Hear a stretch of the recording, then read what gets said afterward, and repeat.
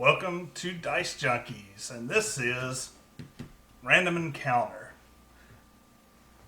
My name is Q. And I'm Zeno, and this is episode 1 of a new show we're going to be doing here at Dicejunkies. It's usually going to be me and Q here. Occasionally we may have a guest or something, but as of right now, just us. Of course, we're full of crap all the time, so you should enjoy. I've got something to say about everything. Yes, he does. Yes, he does. All right. So, what we plan on doing on this show is we're going to grab topics throughout the week, and when the show starts, we'll have a list of topics. And then what we're going to do is we've got this large D20 here, so we'll roll it, see what topics we're going to talk about in the show. Any of the topics we want to keep, we'll roll over to the next show so that we can possibly talk about them later. And, well, this is our show, so we may just talk about something even if it doesn't roll up, because we can do that. But What are rules? We're DMs. Yeah. We make rules. That's right. So anyway, we're going to give some examples, articles. We didn't quite get a full 20 this week because we had so much going on trying to get everything prepared. But normally, like I said, we would roll. Got a 7 on the die. Look over at the list. We'll probably post the list up here on the side for people to see. And let's see. What's going to be the first topic? Let's do the Starfinder. Starfinder. Yeah. All right. Well, for y'all that don't know, Starfinder is a project Pathfinder is putting together where they're essentially doing a space opera version of Pathfinder. They're still very early in the stage. They're just talking about the goals, and we know how things can change. But at the moment, first thing that I'd like to throw out there that's going to be big is that Galerians is missing. Yeah, now I thought this was a neat concept. If you've played Pathfinder, you know what Galerian is. It's the core world and setting. There you go. It's a good game. Well worth playing if you're in tabletop. Pathfinder, awesome. High fantasy, though. Yeah, high fantasy. Completely different level than like D&D 5th Ed. Which, if you watched our D&D 5th Ed video, you'd know. It might have came up. Yeah, it may have. But anyway, yeah, no, I thought that was sort of neat that they knocked out Galerian, because that way you don't have to worry about any kind of interference. You know, Pathfinder can continue to go on for however long. And 2,000 years, it appears. Yeah. About the time frame. Unless our theory is right about what happened in Galeria. Well, I mean, what was our theory? Oh, okay. My theory that I'm giving him credit on. I believe that Galerian was pulled, because it's called the Gap. They've got a concept of the Gap, which is not only is Galerian missing, but nobody remembers what happened to it. Nobody remembers where it was. You can't travel back in time this period. It's just gone. I honestly think if you played Iron Gods is actually a module of Quest where a ship crashes on the Galerians and has all the space tech. Yeah. Well, I think they're going to play that right into it. Ship lands, it brings all this weird stuff. The gods go, we don't want that on our world. We want a medieval world where people worship gods. And I think the gods yank Galerian out of there because, you know, what naturally happens as technology goes forward is religion starts to kind of get pushed to the side. We're even seeing that in the real world now. You know, as we keep advancing, people are moving further away. So the gods might have been protecting themselves. And if that's the case, then Galerians was yanked, and that's why no one knows. Yeah, no, I mean, that's a good story. I honestly don't think Pazio knows what's happened yet, though. I'm pretty sure that this is a gotta cry. copyright that theory then. I think this is a cry for, we don't want to screw things up, so let's just remove it, and we'll come up with a reason when we get to it. That's my guess. Though that is a cool theory. I like it. It works. So Pazio, if you're watching, cred. Just put my name in the book. Just put a Q somewhere in there. All right. So, anything else on that? According to what we were reading on the recent article they put out, they're aiming for, at least the person that was talking on the article, you got his name? Let's see. One of the You main keep talking about designers it is today. basically was saying that he's aiming for that Star Wars Cantina style of lots of aliens. He's like, he wants to do a lot of aliens, a lot of cultures. You're going to start off, unless the DM, of course, does otherwise, the base setting is going to be a space station. Humanity and its allies, the other races that often live with humans, are on a space station, and they're trying to make a new future for themselves. You know, they don't have a planet; their planet's gone. So you're going to be exploring. You're going to be trying to, find a way to cement your place in the galaxy. So there's a lot of quests there already. You could be looking for a planet. You could just be looking to start a fleet. Oh yeah. So it's going to be not just elves in spacesuits, they say in there, and not just bugbears and antenna. It's actually going to be, a story of you trying to make a place for yourself in the galaxy. Yeah, and the article we're referencing is Polygon has done an interview with the publisher Erik Mona, and that's what recently brought this back in the news. It was announced back in August on the Pazio's blog. So they are also planning ship combat, tactical ship combat with facings. Different people can take up different roles on the ship, and it affects the performance. Yeah, I thought that was actually pretty cool. I mean, you give your whole party, you assign them, I guess, different positions. So you have like your captain, you have your pilot, you have your engineer, your gunner, and so forth. So you actually have a role for everybody in your party, pretty much. And I'm sure you can expand that more, probably. I mean, that's the positions that they actually mentioned. But we were thinking you probably have one medic and stuff. You may end up having to hire NPCs really to fill all your roles too. Because I mean, you don't always have a full group. Sometimes your party's 3 or 4 people. Yeah.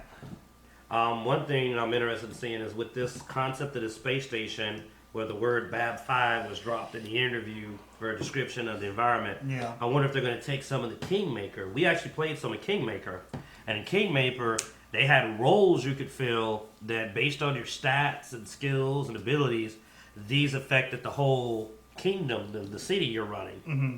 And I wonder if they're going to do that for the station. Well, this guy's a security officer, and he's a ranger, and he's got all of this.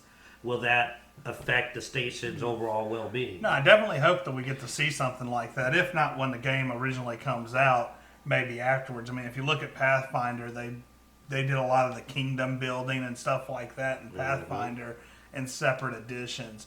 But I'm hoping that they don't come out as soft as some of the games where you only see a book or two for a while. It's going to take a while to build a space setting. They've got to crank out a few books. I want several books pretty quickly just so I can get a good grasp of the setting for when I want to jump in, because I want to hit this one pretty soon. I'm pretty excited about it. I'm assuming we're going to do it as soon as it comes out, and we'll have you a video up as soon as it hits. I mean, there hasn't been a good space RPG in a while that I can think of, like tabletop. Well, I'm going to put on my wish list. If you guys are paying attention out there, people say so, and if not, then you guys let them know. Outlaw Star is what I think of when I think of space and fantasy. That was an amazing anime, and if they could just, not go across a copyright line, but just kind of get in that theme. Because what amazed me is everything worked. There were alien races, they were cool, but they didn't mess up the story.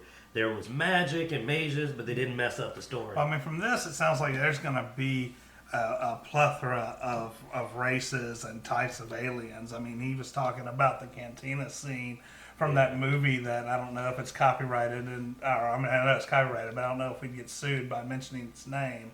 You don't mess with this. But no, that classic cantina scene where you've got all You know what? these... There's been a lot of space cantinas. I think we're safe. Yeah. Any one of the space cantina scenes with a lot of aliens.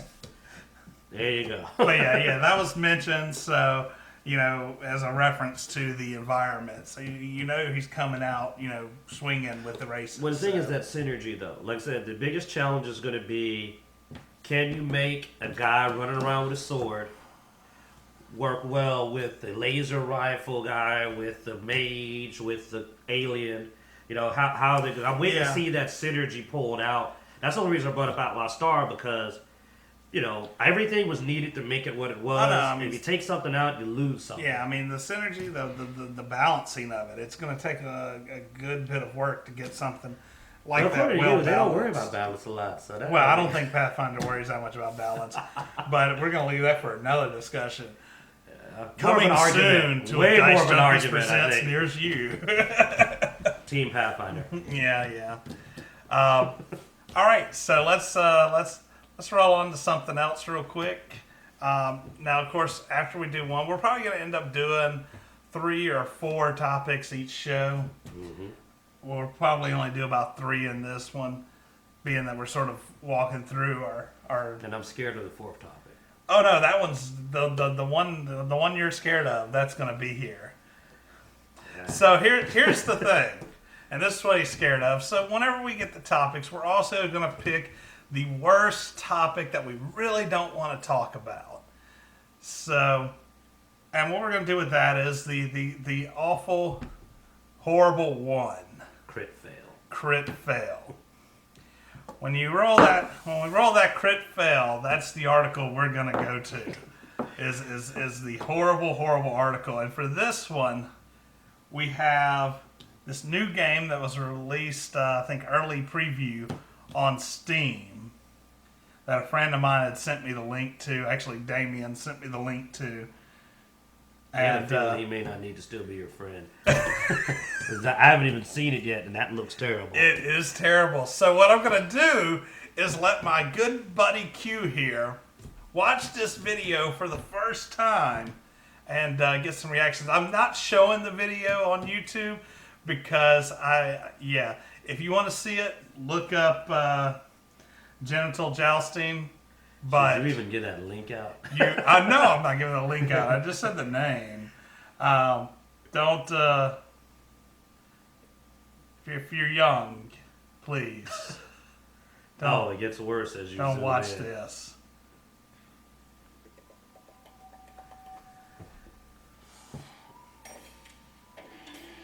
What on? Okay.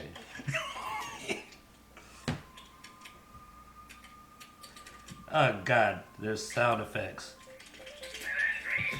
Oh, God, no.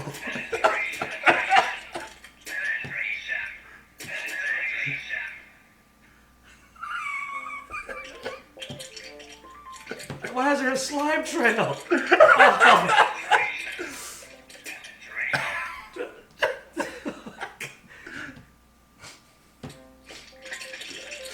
Oh, hold on. I feel like a little ill. Oh no. Okay. I don't care if you're still friends. I don't know if I'm still friends with Damien. Okay, that's enough. You can stop. No. Yeah, we're almost done. It's almost over. Don't worry. I know, it's painful. All right, there you go. So that is the preview for... You didn't see what it's done to your YouTube? Yes, now see what YouTube's linking I'm YouTube? not looking. Don't look it up unless you want YouTube to start thinking you're into some weird stuff. Because he got a whole thing of like, would you like to look at this next? So Genital Jousting. So Steam has been a real big nest of these indie Why would you games. have to use the word nest? Because I mean... what do you think? I mean, having stuff like this out on the gaming market, I'm shocked it's on Steam. I'm hoping it's behind some walls and some hoops you have to jump through. Yeah. But this is a, to me, I think a scary example of Steam's indie development and gaming. But I mean, there's obviously an audience for it. That's the thing. I'm not going to knock it and say there isn't somebody out there that might enjoy the game, but they push it a little bit as far as just making it just generally slime trails and odd sound effects and just kind of add that extra. No. I think it was meant to be cringe-inducing. Cringe-inducing. It's a party game. So it's actually for group play. Sorry, I'm just trying to put together the concept of like 6 to 8 people who are like, yeah! And it's just like, I don't want to be part of that party. So yeah, so that's a party play game. It's interestingly designed. It appears you can customize your jousting implement with outfits. I mean, I paid attention. I saw outfits. Yeah. You can also turn the volume off and make it less disturbing, which is an option. I guess, you know what? I can see people thinking it's funny to play. I don't know about repeat play. I think it's going to burn out real fast. No, yeah, Cringe games are usually, because the gameplay didn't look particularly amazing. It just looked like cringe, then you move on. Yeah, no, it's something I think you would download onto your gaming rig that you would be able to do party play on, and just pull it out whenever you want to make your friends cringe. Just pull it out whenever you want to make your friends cringe. Just whip it out and let them play with it. So hopefully there isn't a slime trail. Let them play with it and watch them cringe. All right, next topic. Woohoo! Act like that. Oh yeah, we're just gonna move on like next that didn't topic. happen. So this is where we roll another go. I'm so glad that's in your search history. You deserve that. I know how to remove things from my search history. So, I guess the other topic we'll be talking about is Nintendo. Nintendo just released the NES Classic Edition. Now these things sold right out the door, and Walmart has been trolling people for a week now, I think. They specified a certain time that they will release more of them, and I think you have about 30 seconds before they sell out. Whoa! so you have to be quick. That has to be fun. Yeah, I thought it was great. I can see the staff just having fun watching it. They got their cameras on. No, that's what I was saying, man. It was a big troll. It had to have been. I mean, Walmart's like, yeah, we got 10. Let's tell them it's 10. 501. Well, they didn't say how many they had. They just said, we're going to release a batch. And, So good, great selection of games there. It is a good selection of games. There's 30 games on it. Oh, man, did I see the original? Here we go. So you have the original Super Mario Brothers, Super Mario Brothers 3, The Legend of Zelda, Donkey Kong, Mega Man 2, Pac-Man, Final Fantasy, Metroid, Kirby's Adventure, Castlevania, Ninja Gaiden. Ninja Gaiden. There's Super Mario Brothers 2, Dr. Mario, Punch-Out. Featuring Mr. Dream. Yeah. Played so many hours. Balloon Fight. Man, they went back for the classics. Balloon Fight, Donkey Kong Jr. Zelda 2. That was an iffy one. You remember Excitebike? I never played Excitebike. See, look at it. He's missing one. Excitebike was... I never played Balloon Fight either. That one... Ice Climbers? Pretty much played all the rest. Ice Climbers is another one I haven't played. I played Kid Icarus, Double Dragon, Bubble. Tecmo Bowl. Jerry Rice. Castlevania 2. I thought it was better than Castlevania 1. It's one of my favorite Castlevanias. It's a terrible night to have a curse. Yeah. This was definitely one of my favorites. Oh, that is the original Mario Brothers. Oh, wow. Like way Mario back. Bros. Now I did not realize that came out on Nintendo. It might not have. Some of these games I'm going like, was that on Nintendo or Game Boy? I played Mario Bros on my Atari 2600. It's one of the oldest games out there. Yeah. It's up there with like Donkey Kong. Oh, look at that. They got Super Contra. I mean, I actually did look it up. It did come out for Nintendo. You still remember your Konami code? Super Contra? Up, down, left, right. B, A, start. Select start. I had friends. 2-player. Galaga. Yeah. Super C, Galaga, Star Tropics. Star Tropics was fun. Oh, wait a minute. No. That was a weird game. I remember it. That was a weird one. And then you have Ghosts and Goblins and Gradius. Yeah, no, those are all really awesome games. That's worth the $59, because I mean... Oh, definitely. How much is that? How many games is it? It's 30 games. Yeah, I mean, that's $2 a game. That is $2 a game. That is worth it because this is not a bad selection. And it actually has HDMI capability, so you can plug it into your current TV and small, everything. It's very tiny, yes. It's about the size of a hand. It'll look like old school cell phone size. But, no, definitely really cool. Like I said, HDMI, has an AC adapter, 30 pre-installed games. One controller comes with it, so probably want to order another controller if you buy it. Oh, it's got several 2-player games on it. I mean, yeah. If you're trying to recreate those childhood hours of playing Super Contra and Double Dragon. Yeah, $59.99, man. That is awesome. That is freaking awesome. I'd say that for any old classic or old school gamer that used to play Nintendo, that's an excellent purchase. It's a great gift. But you talk about surprising someone, somebody that used to play NES and you pop that off. Well, at this point, just getting one is a surprise because. Well, yeah, I guess. Gotta wipe the bloodstains off. Yeah. Get it, like, I don't know. I think I'm gonna sell it on eBay and then just wait for them to come in mass quantity. Make a profit while you can. I don't know. You know, someone did that. They did that with every system. Oh, around yeah, Christmas, definitely. they'll buy a bunch, wait till right up to Christmas to start popping them out there. And I know. I did it. I did it with one of the Xboxes. You're an asshole. Doubled my money. That was nice, though. I mean, it's good to have that extra money right before Christmas, and somebody else at the less. expense of someone. There's parents out there willing to do it. Me, I'd be like, hey, son, you'll get your new system. Well, obviously, January. if they're willing to pay that much more for it, they have more money than me. So I'm just distributing the wealth. All right. So, anything else to say on the Nintendo? Joke, but I'm still recovering from genital jousting. So I'm like, yeah, no, I understand. It's like a drug-induced nightmare. like if you got real messed up and said, "What's the most horrible thing I could ever see?" Oh, there it is. But I'm awake. Yeah. I guess we'll go ahead and throw in that Dungeons and Dragons. So Dungeons and Dragons got entered into the Toy Hall of Fame. So that's pretty cool.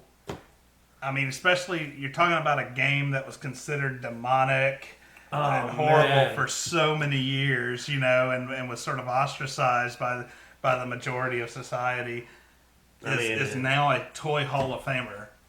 It took a long time for people to chill out and actually realize that it was a game. But I mean, games have been fighting that battle for years. Well, I've told you my story. I grew up in a church family, and D&D for a lot of people in the church. Now, my family they didn't really have that much problem with it. Of course, both my older brothers played, and so they may have just given up on. Oh man, I've seen pictures when we were younger, and D&D was the least of the things your parents were worried about. You looked like trouble. They were probably shocked you were doing something that involved a book. Well, hey, yeah, there you go. He's reading books. Book, They're I'm demonic, smart. but they're books, right?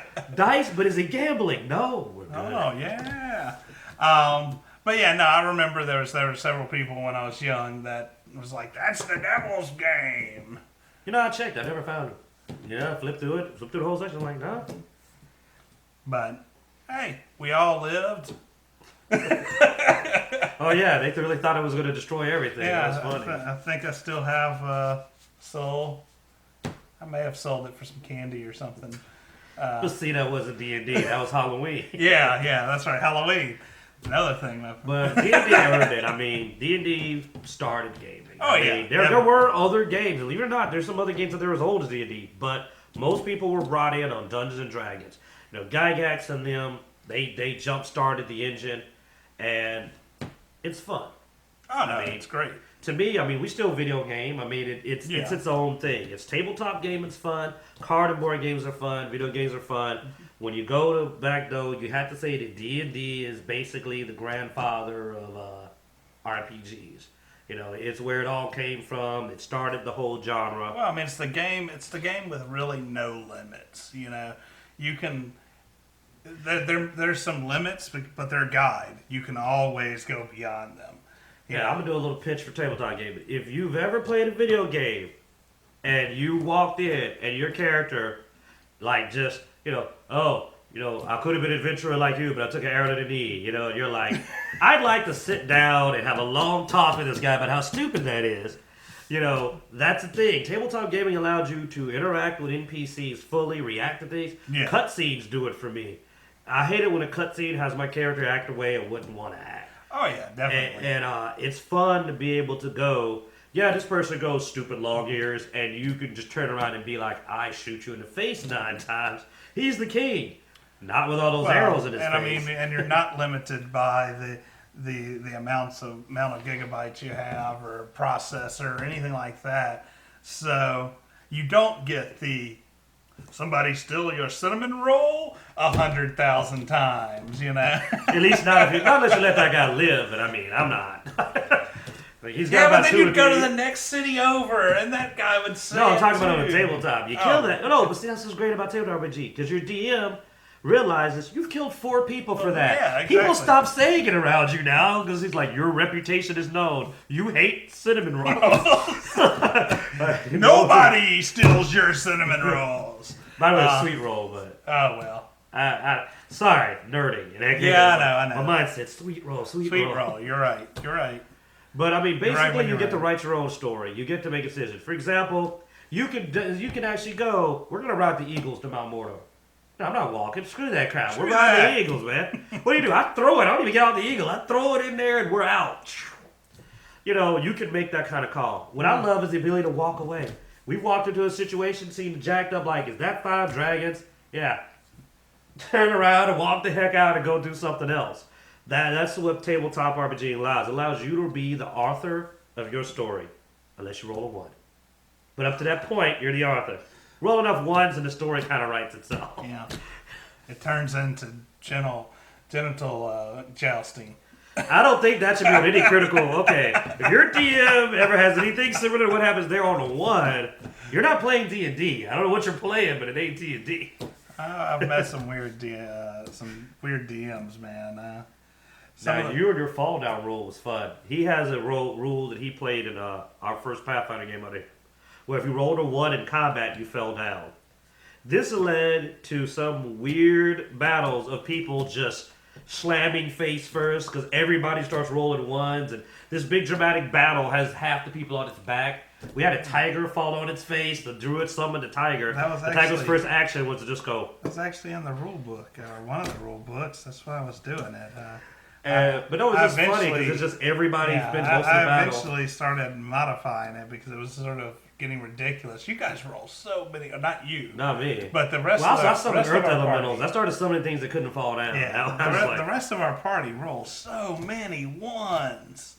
For a while, I thought it was this combat style. It's like I am apparently some master of monkey kung fu. I roll into battle and just go. I tear ankles up. You don't know me. I'm not really a believer in luck, but I'm curious at times. I'm like, maybe I should believe in at least bad luck watching these guys play. Cause what's the current record? We had a player playing Best of D20. He had the ability to re-roll rolls. Mm-hmm. He had 4 re-rolls per session he could do. He rolled a 1. He re-rolled it, got a 1.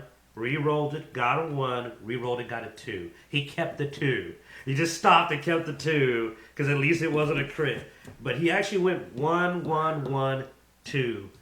And I was like, I've never seen anybody chain bad rolls together like that. Yeah, I don't know, man. I'm a bit of a sore loser. You know what I'm talking about. I don't know if I would have. I would have probably gotten up and walked away, dude. I don't think I would have. I know why he stopped because his next roll would have just been a 1 again. It would have been like it would have been lower than a 2. It's like 2. I'm gonna keep it. Don't say that because we have dice throwers too. We have some dice throwers. We do have some dice throwers. You all know those guys. The kind of guy that'll pitch a D20. Luckily, we're in his about own house. You know who you are. Hey, at least this is his own house now. He didn't do it. Now, one of my friends threw a dice in my house, and we had to stop that crap. It was like, oh, this is my place. You don't throw dice around my stuff. You can go outside and throw your dice, sure. There's the door. Throw it, pitch it across the street. All right. Well, I think that's pretty much how this show's going to go. I don't think you're going to be able to top that critical one, though. I don't know how it gets worse. I can find something. We have the internet. Yeah, we could always put the election down as number one. Oh, yeah, let's not go there. No punches have been thrown yet. Oh, yeah. But yeah, this is Random Encounter, and we're going to try to do this every week. We're going to post it on Mondays. Got anything else to say? Make sure to subscribe. Make sure to like if you like it.